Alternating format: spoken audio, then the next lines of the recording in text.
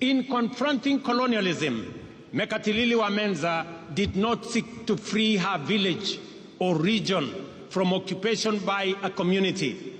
Instead, she resisted the structures and institutions of a system of exploitation and tyranny in the knowledge that defeating it would free a whole nation. This is the same spirit embraced by our freedom fighters, such as Otenyo Nyamantere and Mora Ngiti from Kisii, Wanameme Masinde in Bungoma, Oigo Paul Agwech and Oyuko Fipi Ambio in Kisumu, Igogi Teresa Kiambi in Meru, Kalondu Matheka Mbalu in Makueni, and many others. The great lesson that has been passed down to us from their era and which we must faithfully transmit clearly and boldly to the future generations is that every citizen of Kenya is a full and equal member of our political community, entitled to make a contribution to nation building and with an inalienable right to a full, just, and fair share of all the benefits that accrue from our development.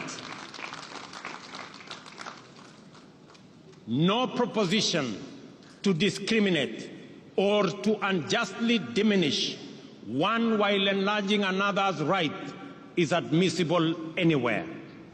Therefore, any formula seeking to exclude, alienate, or disenfranchise any person, group of community for any reason is repugnant to the very essence of our nationhood.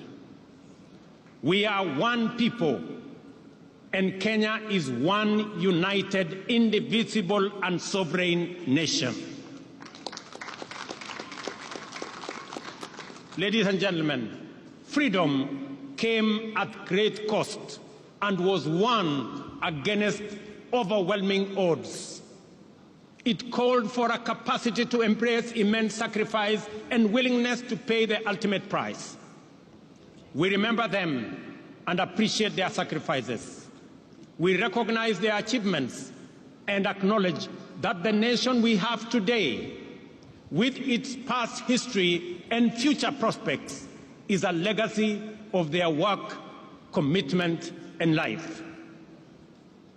Every day, the Constitution commands us to honor our freedom fighters who struggled heroically to bring freedom and justice to our land by living up to the spirit of Ushujaa in the way we relate with one another, pursue our vocations, and build our nation.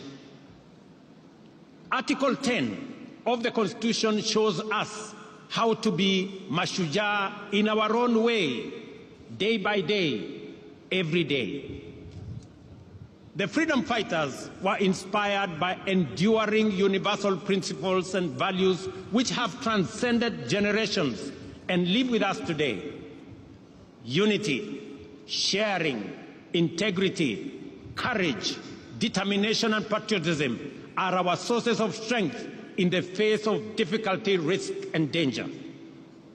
The struggle for freedom is the overwhelming and everlasting mission of humanity, because in freedom lies the opportunity to achieve peace and democracy, health and wealth, justice and dignity, equality and inclusion, as well as unity in the pursuit of prosperity individually and collectively. Freedom is the key that opens the door to sustainable progress in every sector. That is why today we are a modern, competitive economy and a devolved democratic society.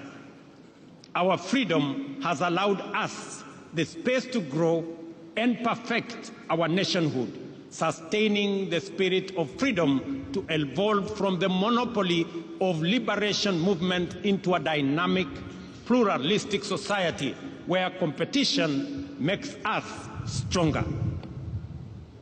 Since the ultimate goal of freedom is sustainable development, The heroic struggle of our time must focus on achieving this through inclusive growth. The ushujaa of our era calls for urgent mobilization to create wealth and jobs, reduce poverty and inequality, and protect our environment. The dedication we bring to these tasks will determine how well we uphold the legacy of Mekadilili, Wamenza, and other freedom fighters. This fact is abundantly clear to us.